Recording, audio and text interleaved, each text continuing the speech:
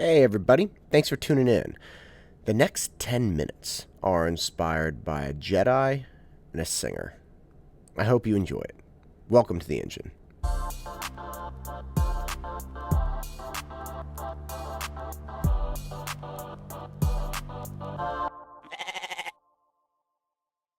The Star Wars series to me is one of the greatest cinematic series I think ever, and I don't think I'm in the minority view here. Obviously, I mean Disney does not invest the amount of money in buying the series or building Star Wars land without it having some relevance. And and I just love it. I think it's fantastic. The story, and I mean it's the experience you go through when you really invest in the films and understand what the characters are doing. It's again, I think it's almost unparalleled in that way. And there's a scene actually, if you know Star Wars, there's a scene that I've always found very interesting. It was one of the first times I really was exposed to this concept. So there was a scene in, I believe it's the second film, where perhaps it's the first. Excuse me. There's a scene when Luke Skywalker is being trained by Yoda, and Yoda's telling him to do something, and Luke says, "I'll try." And Yoda, of course, brings back the ancient wisdom: "Do or do not. There is no try." And that was the first time. I mean, it took me years. I saw it when I was a little kid, and it took me years to really understand the significance of what Yoda was saying and how he was trying to get Luke to think about his life and think about his decisions he made. And it's very unfortunately not really addressed again in the film, because I think people throw this phrase around and then you don't really see it. You don't see it play out. You don't see the struggle to do or do not. You don't, it doesn't really make sense. Okay, no, there was a rowing race that I did, a series of races when I was a freshman. I think I was 19 at the time. And we were racing against the Stanford crew. We were a freshman boat, so all 18 and 19-year-olds racing against the Stanford varsity. They had just had a coaching shift, and the coach knew our coaches and wanted to get some races in. So our coach, our head coach, kept telling us, refuse to lose, guys. Just refuse. And it was so interesting because it was like, okay, we're 18, 19. They're 22. They weren't great, by the way. I mean, I'm not saying that they were this fantastic world class varsity crew that were racing again, but at the same time, I was like, okay, we lost a bunch of those races. And so the idea of refuse to lose, it's, again, it doesn't really describe the struggle. It's the same as do or do not. And it's like, what do you mean refuse? Like, I understand. Just haul as hard as you can. I understand try as hard as you can. I understand lay it all on the line. Now, mind you, I went on to row all 4 years when I was at Cal, and I won a national championship. Not the most prestigious, boats, but again, the boat I was in did win the national championships. Like, I have some success in rowing, and I've gone on to have some success in other athletic venues. The whole concept of refuse to lose, or do not, there is no try. It's still wishy-washy to me. I understand we tell it to people. I understand we convey that type of thought, but it's kind of like, what does it really mean? This really struck me hard when I listened to a song by Lady Gaga. Now, you have to understand, I have absolutely refused to listen to Lady Gaga, and because I'm an idiot, pretty much. But I finally saw the film A Star Is Born, and I talked to a couple friends about this, and all of them said they just bawled their eyes out in that film, and I understand why. It's a tremendous film, but there's one song in that film I have the soundtrack. It's all beautiful. Where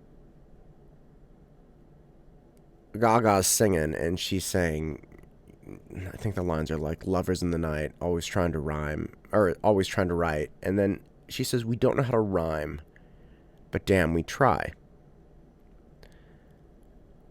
And for some reason, that line grips me.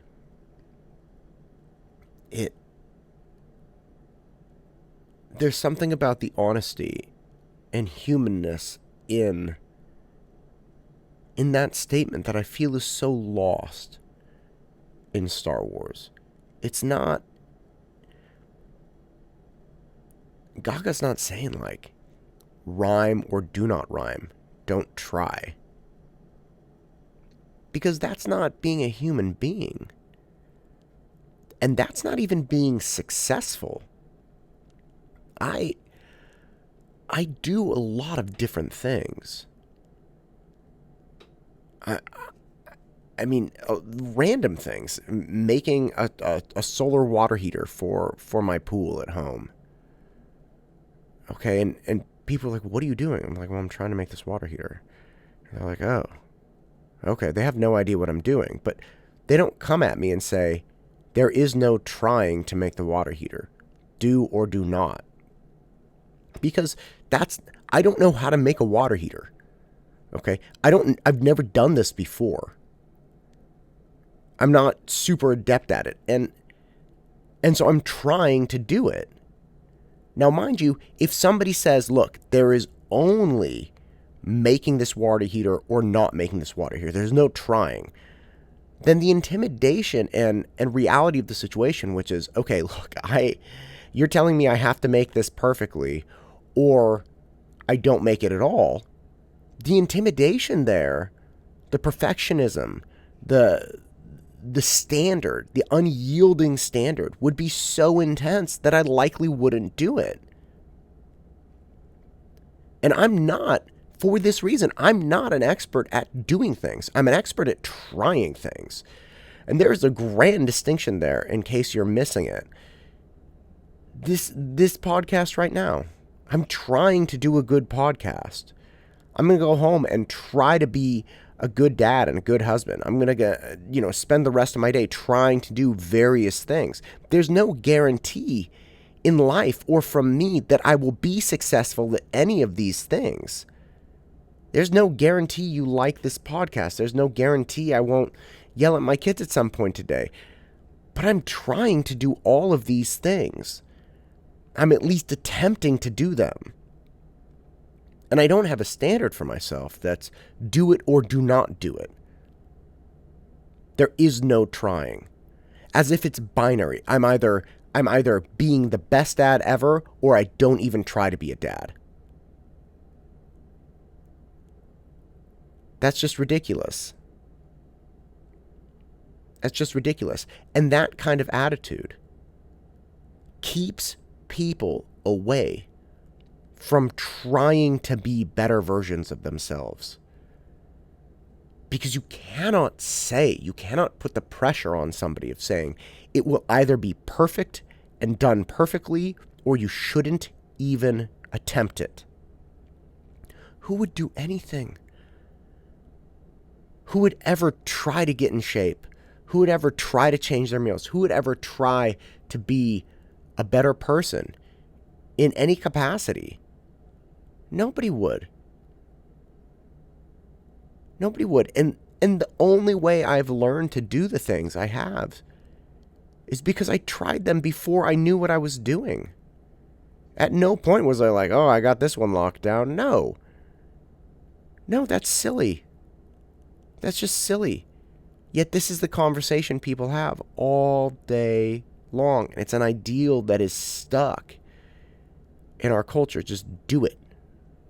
Just do it. There is no trying. Well, guess what? That's just not a path to success. That's not a path to success that I've experienced. I'm still trying to be a good tutor. Every day when I meet with my students, I'm still trying to come up with the best essay angles for them. I'm still trying to have more patience and compassion and understanding when I deal with people. I'm still trying to do these things. And if trying instead of doing makes me somehow a failure or lesser of a person, I'm good with that. I'm good with that.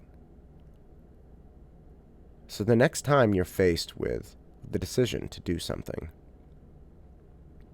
and you're contemplating, well, it has to be done like this, or else I shouldn't even do it.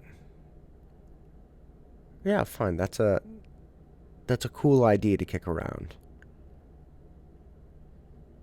But maybe just think about giving it a shot.